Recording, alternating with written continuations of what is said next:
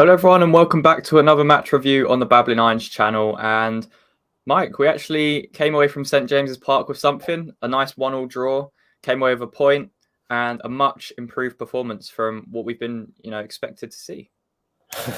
You say much improved. First 5 to 10 minutes weren't exactly impressive, to be honest. But yeah, I get what you mean. We didn't expect anything out of the game, but we showed a bit of character, especially in that first half, to get over what was absolutely shocking. Actually, no, shocking is being polite. I would say pathetic and abject was that first 10 minutes. But yeah, to go there, considering how strong they've been, and to get the result we did, I think, yeah, we showed a good character after the initial start. Well, let's before we get into that horrific start that I'm sure we'll touch on very soon, let's look at the lineups between the two sides. So, as expected, we stayed with the back three of Aged, Ogbonna and Kera. Fabianski back in goal after that derby game. And then the midfield four, you could say kind of the wing backs as well. So you've got Emerson, Rice, Paqueta and Sofal. And then the front three was actually Benrahma, Bowen and Antonio. And in our preview, we actually thought he'd maybe go with someone like Souček instead of Benrahma and go with a 5-3-2. But we stayed with what we had. We stayed with this, this free back formation that we've been kind of getting used to seeing a little bit more recently. And to be fair, other than the first 10 minutes, I think as a whole, it worked pretty well. We knew what Newcastle were going to bring. They always play that 4-3-3. With Bruno being out, we did expect Joe Linton to come back into midfield and then Saint-Maximin to come in out wide. And that's exactly what happened. And I guess it's kind of frustrating because in Rice's post-match interview, he said, that's the best warm-up we've had. The players felt really good going into the match. You know exactly what's going to happen. And within the first 2 minutes, we found ourselves 1-0 down, but then we got away with it. So it was just crazy. The warning sign was there. We got away with one because the ball went out with Almiron. And then, I was watching it on Sky Sports and they literally had to cut the camera to Wilson being through and he'd scored. And we were like, oh my God, it was just completely shocked. Pretty much every broadcast had to do exactly the same thing. So I sometimes watch games back in Instat. So I rewatched part of the game and pretty much the broadcast on that is exactly the same problem. It was just terrible all around. I know there's been a lot of people directing it at Kera, which I just find quite amusing, to be perfectly honest. But when you watch the goal, it's initially you could argue, say there was a foul there for Antonio. Maybe he should have gone to his feet a lot, rather than try to stay up, because then he probably would have got the foul. Paqueta initially does well, but then gets out kind of muscled by Joe Linton, I think it is. Yeah. If you watch that whole sequence as well, Declan Rice is standing there with his arms out. He stops playing because he thinks he's going to get a foul, and he just stops playing. And only when he realises the ref's not going, Joe Linton's gone and basically about to make the pass, and he's just started to go. Again, watch Ogbonna's movements, particularly if you watch it in slow-mo. He doesn't even acknowledge where Wilson is. He doesn't drop because of where Wilson is. He actually tries to come across slightly and then tries to go. I know people will say, oh, but Kera played him onside. Kera drops back slightly, takes a touch back. Not much at all, but even still, it wasn't. His dropping back isn't the result of the goal. There's so many little sequences. And why Ogbonna is that close to Aged and not closer to Wilson and obviously, again, closer to Kera. We mentioned it before the game. Their pace is going to kill us if we're not sensible. And that whole sequence was just us being completely lax. Yeah, we were just switched off. I think that's what it was. We just reset after the goal. We thought, okay, we've got away one there. Played a goal kick long with Fabianski. You're thinking, just push up the field. That's exactly what they do. Again, Antonio loses the initial duel. Could have been a foul. Then Paqueta again loses that duel in the middle of the park, and then they kind of just Ogbonna and Kera kind of like, oh, I need to go. But by the time they can even contemplate what's happened, Wilson's through, and Kera was 1-0 and just to go. You actually watch it, but again, he's the ball was played closer to Ogbonna than it was to Kera. So Kera's got to slightly come over, but also Wilson's got exceptional pace. He's got more pace than any of our centre-backs, bar one, who we'll talk about later, guaranteed. But, he has more pace than the two that he's played down the side of. and we also have a goalkeeper who's incredibly slow off his line, who just kind of just. I wasn't impressed with the way Fabianski came out for that either. I don't think he covered himself particularly in glory either on that opportunity. But yeah, I think it was a calamity of errors. As usual, there's this propensity to pick out one player and blame it on that one player, but there were multiple players involved in that, including Declan Rice. That's the only mistake he made all game, but it was a telling one because he stopped playing. Had he tried to get in position and try and help out Paqueta, he might have been able to prevent that pass or make them stop and maybe probably just play it into St. Maximin rather than through our defence as it was. Again, that's not a massive. Not trying to say Declan Rice was the problem, but I'm just saying it's a sequence or an event within a sequence that compounded what was an almost schoolboy goal to concede. You see it on Sunday League, and you turn around and go, "That's a poor goal," but to see it on the pitch in the Premier League just after you've conceded as well, you just go, "What are you doing?" I think that's what it was. I think most West Ham fans' reaction to that goal was just shock. It was more just what has just happened, because it was just completely out of nowhere. And like you said, it was all our own doing. Like there were so many individual, battles and mistakes that we made in that sequence that led to that moment with Wilson. And you just knew Wilson was going to score. He always does. And, he's a good finisher. So you expect him to finish from there. And it's kind of, I was saying it at the time when I was watching it, I was kind of like, okay, our reaction's been good to this goal, because our reaction after that was pretty good for the next 15, 20 minutes, I would say. We started to pass the ball around a little bit better. We started to find gaps in between their midfield and defence, which was nice.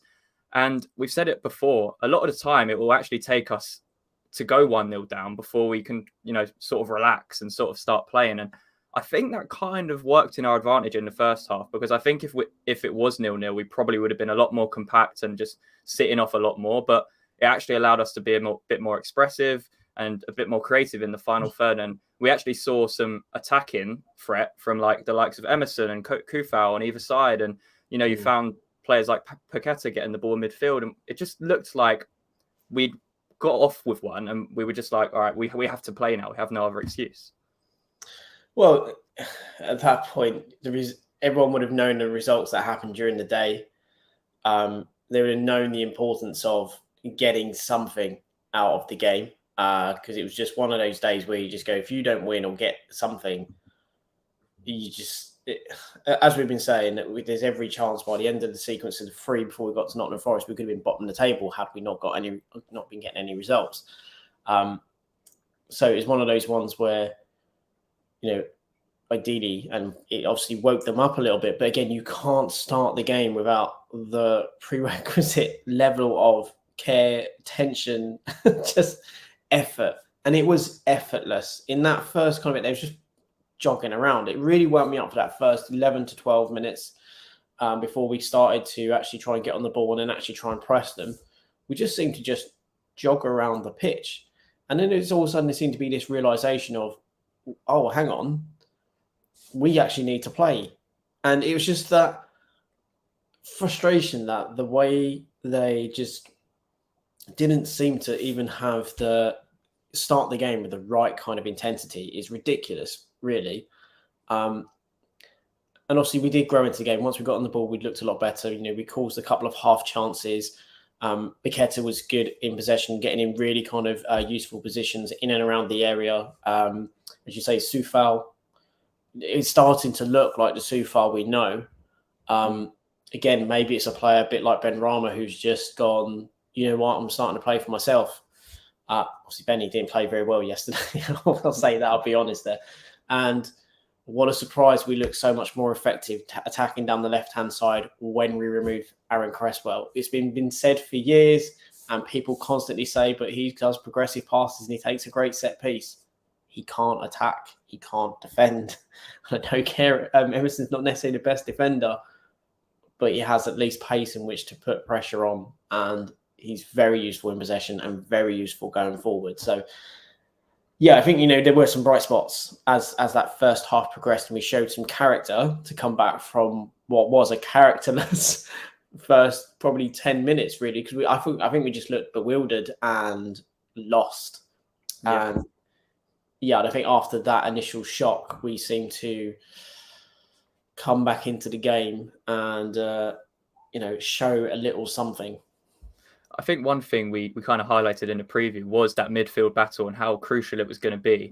And, as we looked at the lineups before, we were playing a midfield two of Rice and Paqueta against their midfield three.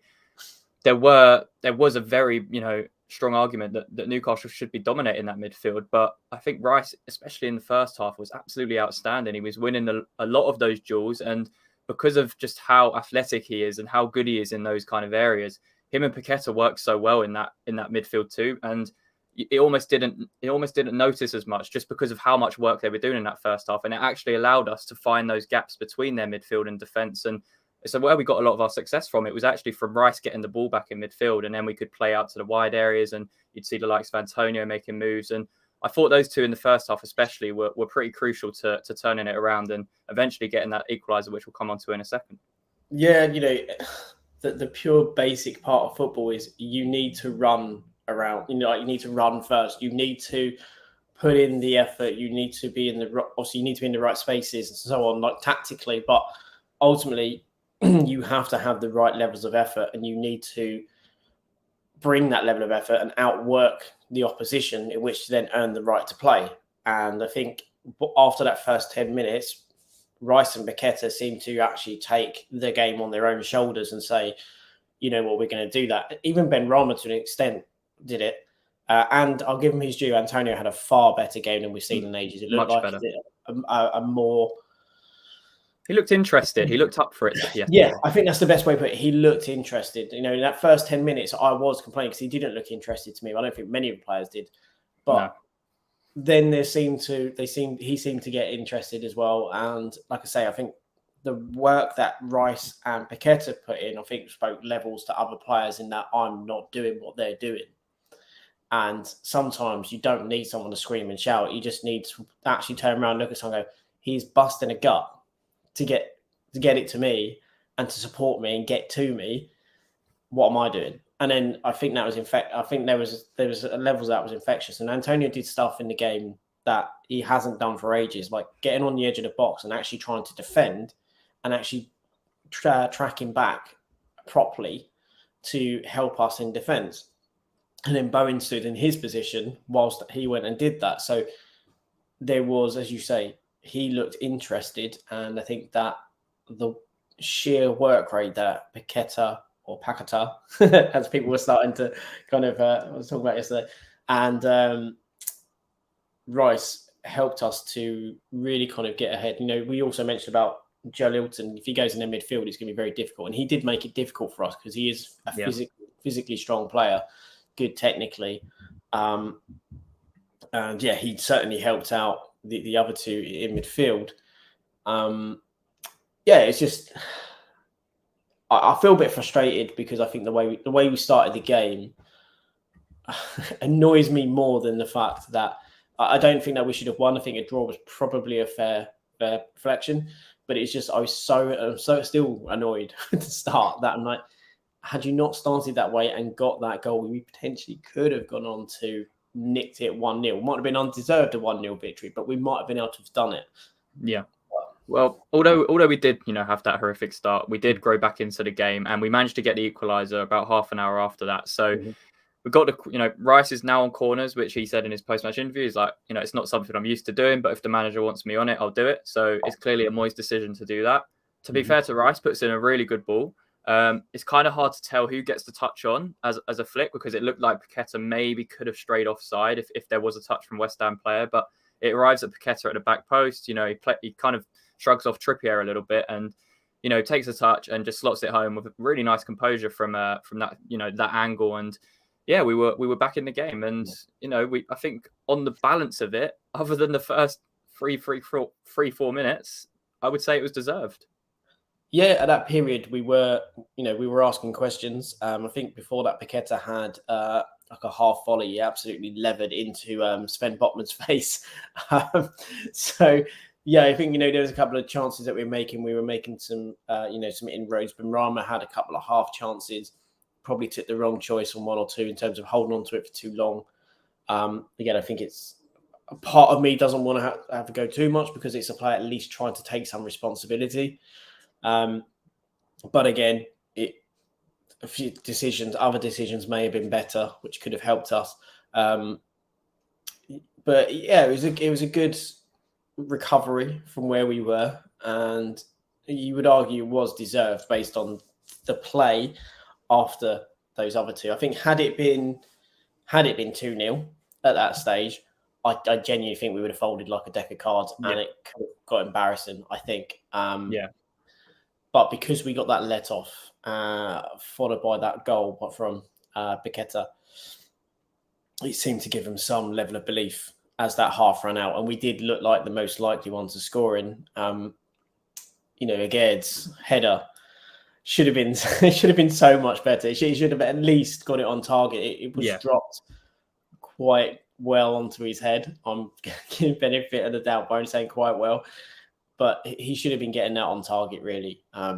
To be completely unmarked and for it to land as it did, it should have been better contact, but it's probably the only thing he did wrong all 90 minutes. So I think, exactly. Scored, as I say, yeah. And the same like with Rice said with Rice, the only thing he did wrong the whole 90 minutes was that short 2-3 seconds where he stopped to play during their first goal. But sorry, well, technically second goal. He was absolutely faultless, and that was the one where you just go, probably if he scuffed that header and didn't hit it so cleanly, it might have even gone on target. Probably might have even caused some trouble. But it's just one of those things, isn't it? Sometimes you connect with it too well, and I thought he did connect with it well. We just spooned it slightly over. Yeah, it was frustrating because it was just before half time as well, and that would have been a really, really good time. But we went in at half time, 1-1, and we came out pretty good, and you could kind of tell from the body language a little bit that we were happy with what we'd got with that point. And I think the message was from Moyes, don't lose this point. If we can't get all three, I think Aged actually said that in his interview. He said, if we can't get all 3 points today, let's make sure we come away with a point. And I think defensively, we were very on it, and we were very switched on, other than a couple of moments where they had a little bit of joy in the second half, which we'll get onto. But as a whole, for that second half, I thought everyone put in a massive shift, and we looked a lot better defensively. Yeah, I think for once you can say that players put in, a shift and they worked hard. I don't think you can fault anyone to a man for not putting in any work rate. The one thing you would say is maybe slightly worrying is that the concern is always let's get the point first. And in the predicament we're in, and after what happened yesterday with all of the results, there's going to come a point this season where just saying let's keep going for this, keep the point. If we think we're only going to get the point, it's something it instills in the players that we just need to keep the point, but just keep the point. There's no need to go for the win. We just need to keep the point. And it comes a point in the season where that's not going to be, acceptable anymore. And we might have to actually say we have to go for the win. A point's not good enough. So it's slightly frustrating when you hear comments like that, because you think, whilst I understand, respect the point, you also kind of think, but you've got to have in your mind as well, we need to be that you are thinking that you can go and win this. And it kind of feels like maybe it's I don't know, maybe I'm being hypercritical to it, but it does feel like it's maybe a bit of a slightly negative approach to it, or pragmatic approach. I think it is, but also, you take the context of Newcastle haven't lost at home all season. They've been so good, and to come away from that with a point, everyone would have been happy with that. So I think the context of the position we're in, and the fact, I think this works if we back it up with home games like Nottingham Forest where we get the wins. I think that's the crucial part of that statement. Yeah, exactly. We have to win the games we're expected to win now. We can't. There's no more, respecting points in certain games. And we said it in the transfer window when people say, "Oh, well, you can't take risks on certain places." Like, well, if you're not going to take a risk now, when are you going to take a risk? We're in a position where we are back is against the wall almost, and we have to start getting not just 1 point but 3 points a lot more consistently. I'm still not convinced we've yet turned the corner. This is the first time we have played properly against good opposition in a while. I can't count the Everton game and I can't count the Derby game as turning corner kind of pieces, because It was so poor, but it's 2 wins. Gives them a bit more confidence. We're now, undefeated in 3. So hopefully that's going to start breeding in the players a bit more confidence in what they're doing and how they're doing things. I think more than anything, what that result would prove is that if we are willing to put in the hard yards, and I mean not just running around and chasing shadows, I mean hard yards on the ball as well, we can start to hurt teams. And I think we were trying to put people in the area. Antonio was actually working hard. But the particular one that impressed me was when he was it was just him and Botman, just full on 50-50, just to see who was the strongest. And that could have gone any way. I think it went to Botman, but had the ref said play on, because it was one of those where he arguably could have. Antonio was literally about to get up and run through clean on goal with the ball, because they've both gone down in a pile. But I think just because he'd done that last minute jump, he kind of, he was adjudged as the aggressor. But it would have been interesting had the ref said, I'm gonna play that out, because he quite easily could have, because of the way they were going. And that was the thing as well, like that we haven't seen from Antonio recently. He's just not been bothered in those kind of situations. He's just kind of given up. So it's nice to see him actually do that. And as I say, all the other work he did, it was actually, I was far happier to see Antonio on the pitch than I normally have been in recent games. And, it was even frustrating when he put off, Paqueta, brings on Souček, because you're just give him the 90. I know he's worked so hard, but if Declan Rice can stay on the pitch for 90 pitch running as he is, I'm sure Paqueta can do that. And he's a player who can find that pass. And maybe when he brings on Fornals, it's a better link than Souček. Souček did well defensively again, always does well defensively, but he's not going to help us break a team down. And sometimes I know he needs to refresh it, but the refusal to mix up your formation in game, in that case, is probably why he brought on Paqueta, why he took off Paqueta, because he's like, I need to bring someone on to freshen it up. I need to bring someone in the middle, but instead of changing the formation to accommodate it, it was just no, I'm just going to stick with exactly the same. Yeah, then, I think that was a fair thing to do. I think it was working. So if you change it and go to say like a 4-3-3 and they score, there'll be so many questions over why'd you do that? Well, what are you doing? We've just lost a point. So I think I don't know. I think if you see someone go to a 4-3-3, you also go, you know what, maybe he's going for the game. I think then you don't say, I think we just go, we're disappointed to lose, but because we actually would have gone for it, or because of the way we played, I don't think it would have been as much as an outcry. I think people still would have said Moyes needs to go if we lose, and that's a fair point. But people also would have been very much well within their rights to go, you know what, hang on one moment. He's actually trying to go for the game there. He's changed up the formation. He's changed up how we've tried to play. And that also is commendable. And as much as I am at the moment quite in the court of Moyes needs to go, my view is still, if he was to have done that, I think that's noteworthy and something worth praising rather than something actually to criticise, because it actually shows that, you know what, I need to keep these players on the pitch, so I need to utilise my bench, which to keep my best players on, and to see if I can get something else out of it. I think that would have been praiseworthy rather than, well, that's silly now because we went and lost.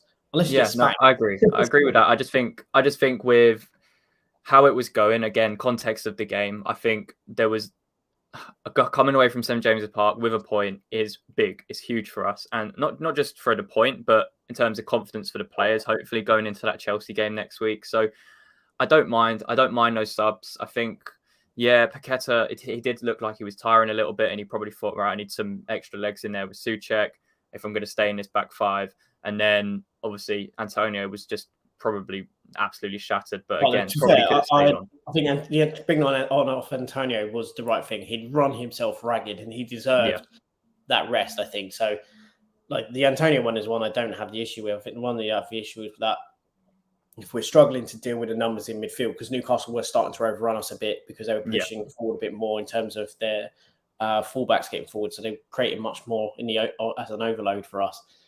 Maybe going to that extra midfielder was the route rather than actually removing one, because it may have actually given us, a bit more of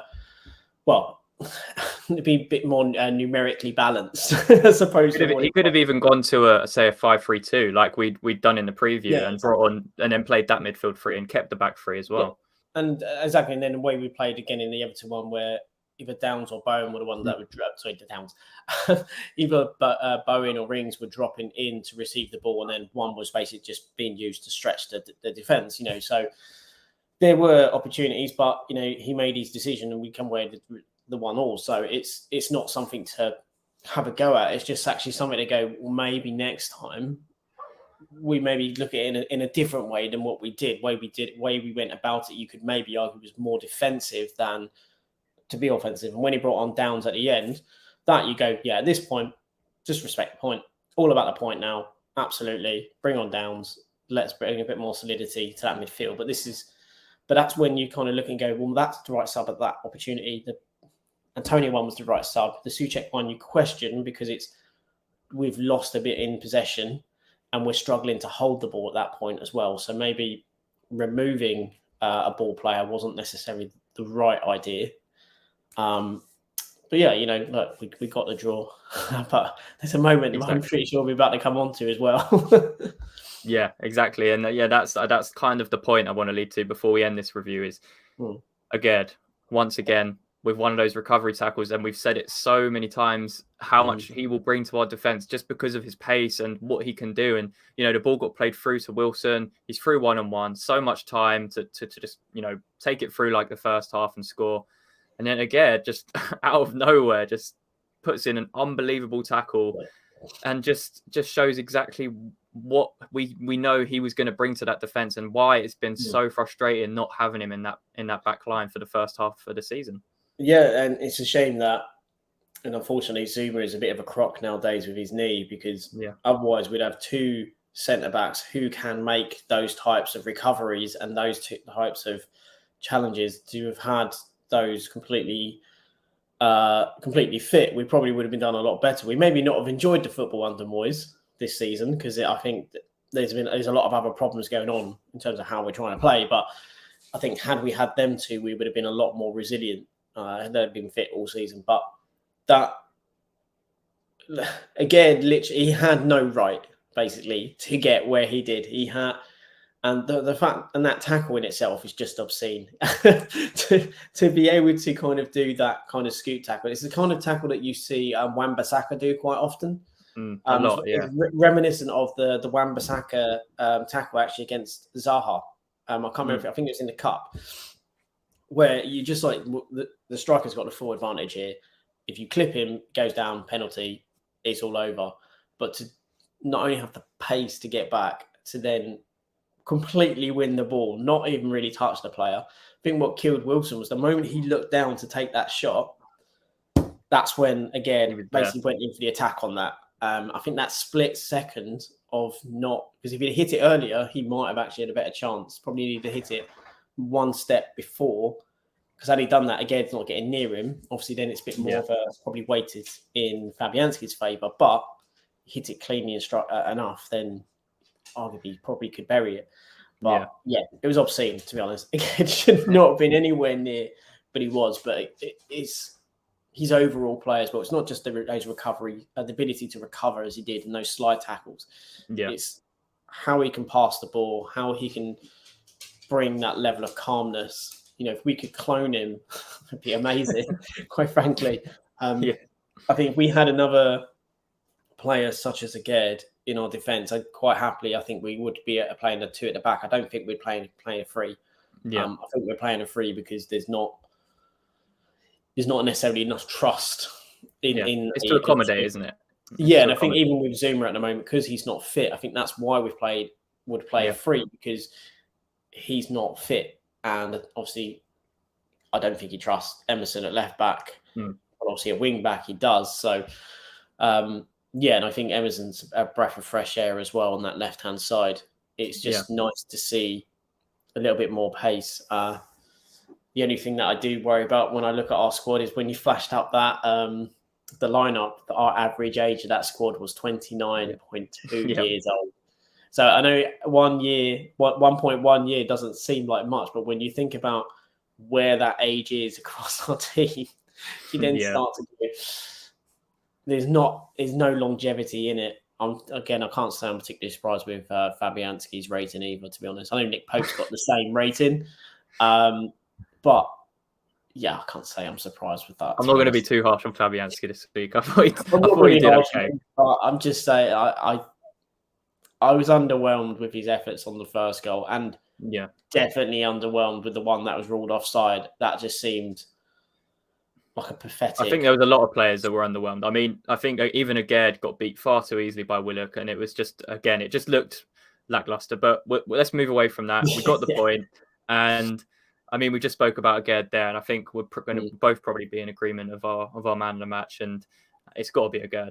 To be honest, for me, I was going to say Declan Rice, but I think it was between them two. I just think with Agard, saving us a goal. I think when you look at in the context of the game, it's that saved us. That was a match, either a match winning or a match saving point, and that was match saving kind of tackle, and it was match saving. If he did not make that tackle right, he's either giving away a penalty or Wilson scoring. So when you look at it in the context of that, it's a huge, huge tackle and a huge moment in the game. And, for that, there's no reason not to say, really, he shouldn't have it. But, very hard press from Declan Rice. That's one of the best performances he's put out as well in a long time. It was fantastic. He seems to perform so well when we go to like a big pitch away. Like whenever we go to Old Trafford, for example, plays absolutely brilliant. Same whenever we go to St. James's Park, he's excellent when he's got space to run into like that. And those are the types of games where you see exactly how good he really is and how much of a level above, really.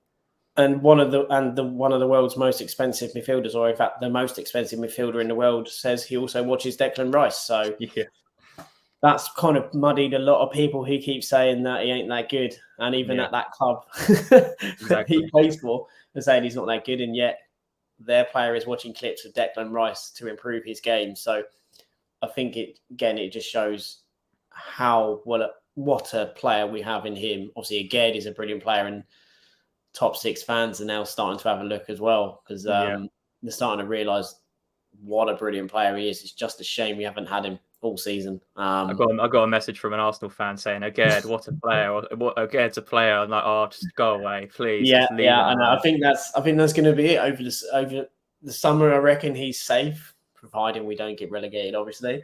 But if he puts in performances like that Newcastle one over the next season consistently, teams will be coming to our door seeing if he's available.